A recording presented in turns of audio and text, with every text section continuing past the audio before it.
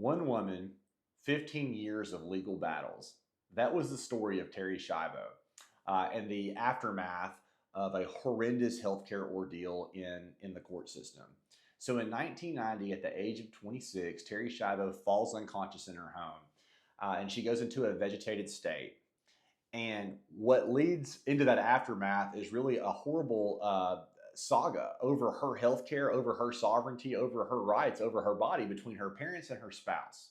And the whole story here, obviously, why I'm talking about this is Terri Schiavo does not have any planning in place. She certainly doesn't have a will and those things, but more importantly, she doesn't have her powers of attorneys, her healthcare documents in place. So she goes unconscious at the age of 26, and her parents feel like there's always some hope. There's not clear and convincing evidence that she's going to pass away. There's always that 0.1% chance that she can regain consciousness, that she can come out of this state. And so they bring this litigation into the court system. And the Florida courts rule against her, that there's not clear and convincing evidence under the medical proof that she's going to miraculously come back. We always know there's acts of God, but the Florida courts say it's not clear and convincing. Okay.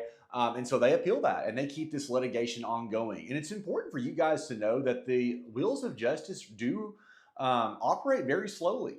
Okay. It's not uncommon for litigation to go on for years, and this woman's life's at stake here. Now, her husband is making the arguments that, that she had made oral testimony to him in their course of their young and early marriage, admittedly, that, she wouldn't want to be in this type of situation. She wouldn't want to be in this state.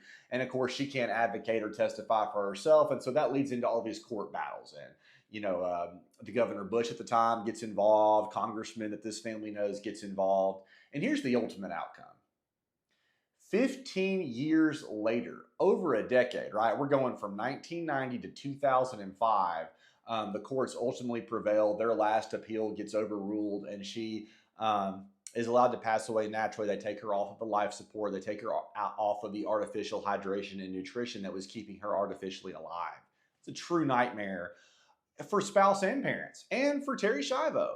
And without picking sides here, whether or not mom and dad were correct or her spouse was correct, they argue he had ill motives and his motivations were not right. And he's arguing that they're being cruel, keeping her in this state for over a decade, and she's not coming out of it. Is her voice didn't matter. It's not that it didn't matter; she did not have a voice. And so, oftentimes, people come into our office worried about financial planning, long-term care risk, tax planning. How are their children going to be cared for? How are my grandchildren going to receive their inheritance? All really important questions.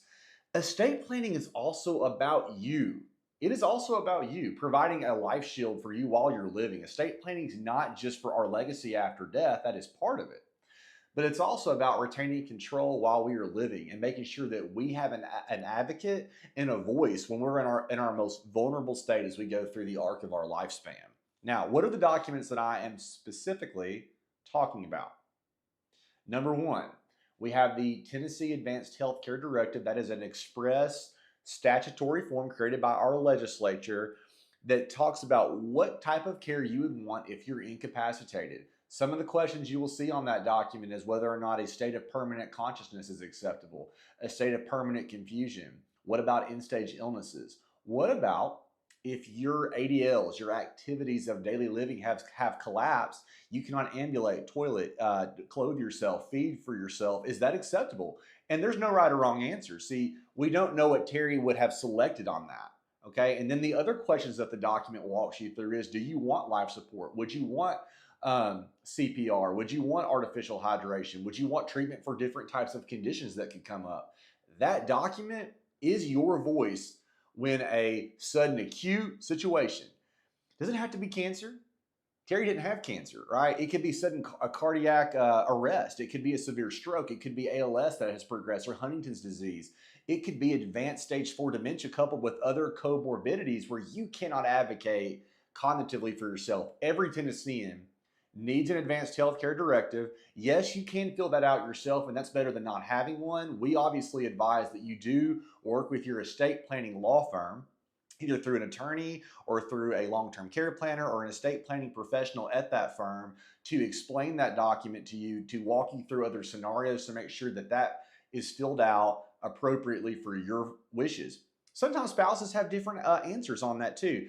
One of the situations in Terri Schiavo was, what are the rights of the husband versus the rights of the parents, and who has the authority to make that decision? And the courts ultimately found that the husband had priority over mom and dad. You need to have your voice for yourself. The next document that you need to have, the second document, would be the healthcare power of attorney. Notwithstanding that living will, which is going to talk about end of life care, who is going to be your advocate in your corner to have eyes and ears at Vanderbilt, at St. Thomas, at Cookeville Regional for you whenever you're in that vulnerable position, when you're in a nursing home, when you're in assisted living, when you're in a vulnerable position at home, right? Is that an adult child? And ladies, if you're the surviving spouse, and more than likely you will be, who is going to be that third party? If it's not your husband, if he's passed away, it could be the other way around.